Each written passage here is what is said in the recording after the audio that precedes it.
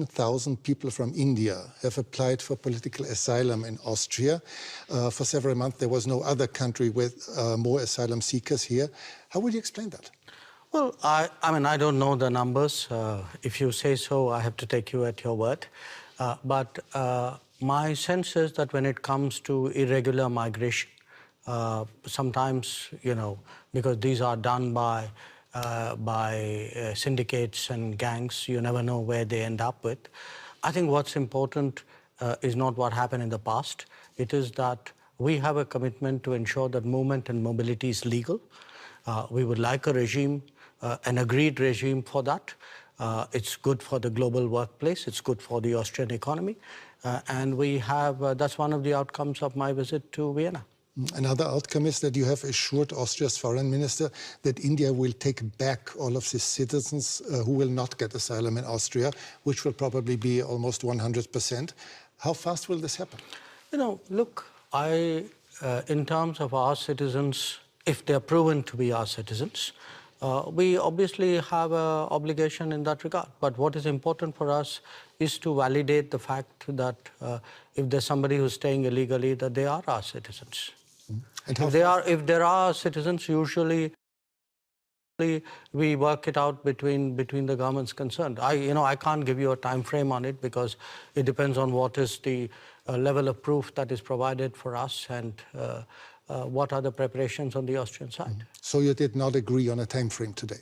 No, we didn't. Frankly, we didn't get into that kind of discussion. That is for the immigration people to decide. As foreign ministers, what we did was to work out an agreed mobility and movement regime.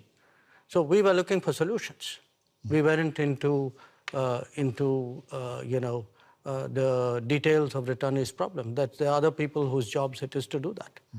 Let's talk about the war in Ukraine. As you are well aware, the whole world noticed that India, as a very influential country, has never publicly condemned Russia's assault and invasion into a neighboring country. Why is that so? Can you really be neutral in a war for which obviously one side bears all responsibility? Well, look, I think in international relations, you have sometimes very complicated situations.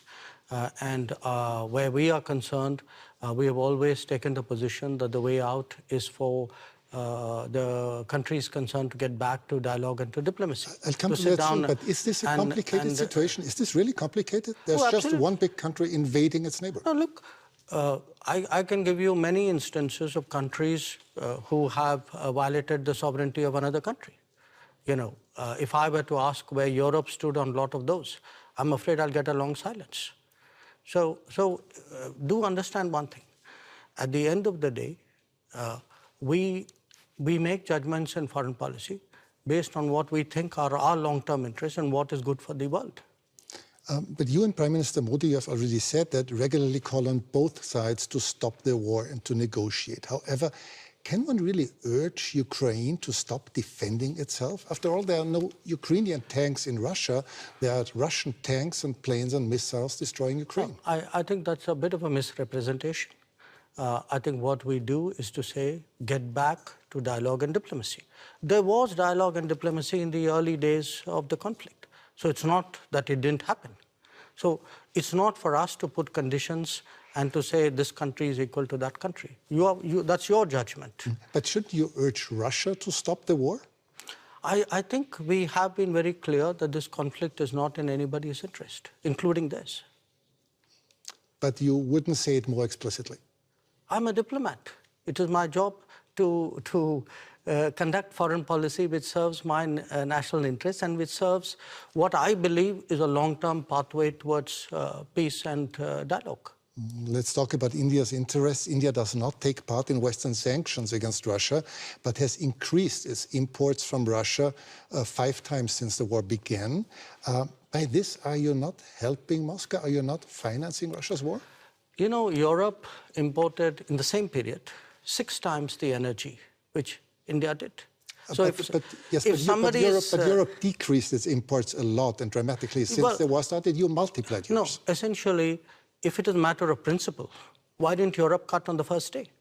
Why didn't we see on 25th of February a complete cutoff of energy imports from Russia? But you can't say it's my principle, but by the way, I will do it by my timing. Okay, but isn't it the difference between decreasing your imports but still making sure that Europe is not freezing to death in the winter, or just increasing your imports by 5 times? No, Europe has managed to reduce its imports while doing it in a manner in which it is comfortable for Europe. No, comfortable. It's manageable. It's maybe a little bit of an overstatement. Now, if at 60,000 euros or whatever is your per capita income, you are so caring about your population. I have a population at $2,000. I also need energy. I'm not in a position to pay high prices. The price of oil has doubled. So, and what Europe is doing is also moving into the Middle East and diverting production out of the Middle East into Europe and raising prices. So European actions actually are putting pressure on the global oil markets and on my imports as well. So I think it's something which, if European political leadership understandably would like to soften the impact on their population, I think it's a privilege they should extend to other political leaderships as well. Are you reluctant toward Moscow as well, because Russia is India's most important supplier of weapons and military equipment? And therefore?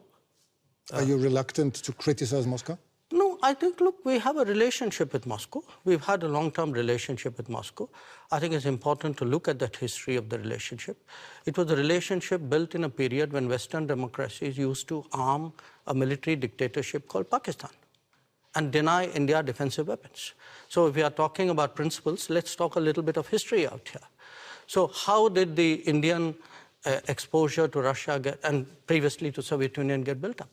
Because the Western democracies, for whatever reason, decided that their natural partner in our part of the world was a military dictatorship. Would you consider India an ally of Russia?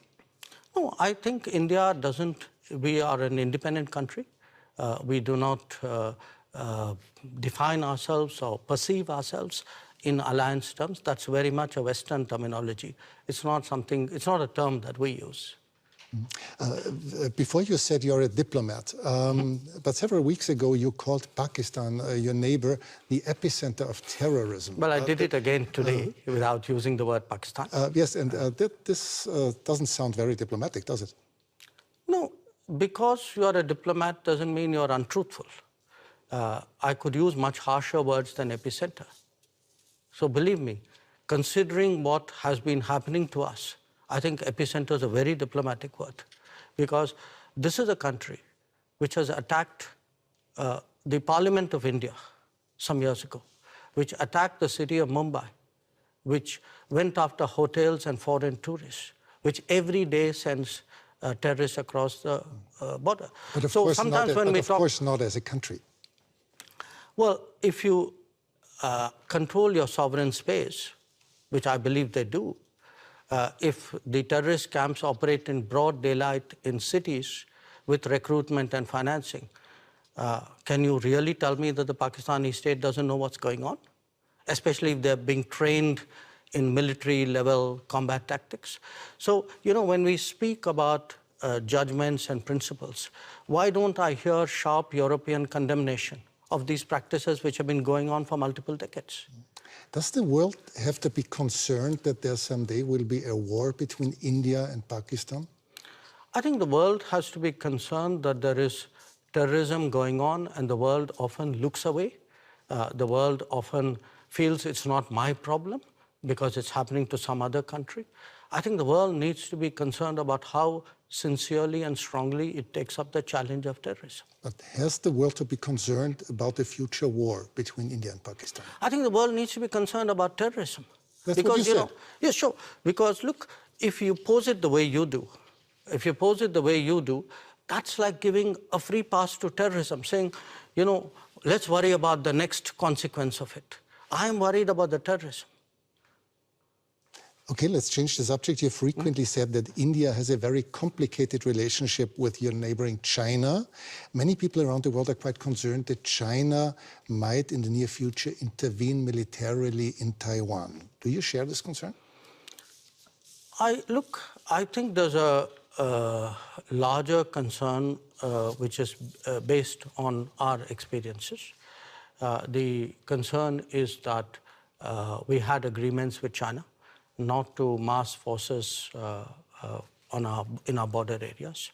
And they have not observed those agreements, which is why we have the currently tense situation that we do. We had an agreement not to unilaterally change the line of control, which they have tried to unilaterally do that. So there is, I think, a perception that we have which derives directly from our experiences. Now, where else the status quo may change or not change, I would hesitate as a foreign minister to predict publicly. I may have my own views and assessments. But I certainly can share my experience, and my experience is that written agreements were not observed, that we have seen levels of military pressure which in our view has no justification. China would say the opposite. They would say that India had not obeyed different agreements.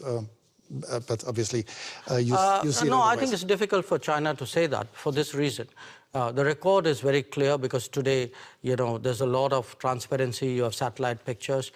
If you see who moved the forces to the border areas first, I think the record is very clear. So it's very difficult for China to say what you suggested they could. India will probably overtake China as the world's most populous country within this year. Is this fact of any political significance to India, or is it just a mere statistic? We'll know that when we reach there, won't we? Yeah, because we have never used numbers in that manner. Maybe other countries have. I would still say, to a large extent, it is a statistic, but you will have a situation where the world's most populous country is not among the permanent members of the Security Council. And what does it say about the state of the UN if that is the case? So it's a kind of both a yes and a no. It's partly a statistic, but I think it's a statistic which means a lot. For several years, you have called for a permanent seat on the Security Council, as have Brazil, as has Japan or Germany.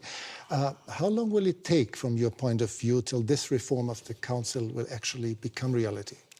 Well, ideally, we'd like it yesterday. Of course. But the problem, I think, is that those who are today enjoying the benefits of permanent membership clearly are not in a hurry to see reform. I think it's a very short-sighted view, in my opinion, because at the end of the day, the credibility of the UN and, frankly, their own interests and effectiveness is at stake. So my sense is it will take some time, hopefully not too much time. I can see a growing body of opinion among UN members who believe that there must be change. It's not just us. You have entire Africa, entire Latin America left out. Developing countries vastly underrepresented. I think the state of the world, this was an organization invented in 1945. It's 2023. And when you would have to guess for a year when this will happen, what would it be? No, I wouldn't guess, because I know the complexities of this process. It's a tough one. I'd be honest with you. It's a tough one, but I don't think because it's a tough one we should give up. On the contrary, I think because it's a tough one, we should actually up the ante, increase the feeling in wide parts of the world that this reform is absolutely essential. Thanks so much for your time. Well, thank you. It's a great pleasure.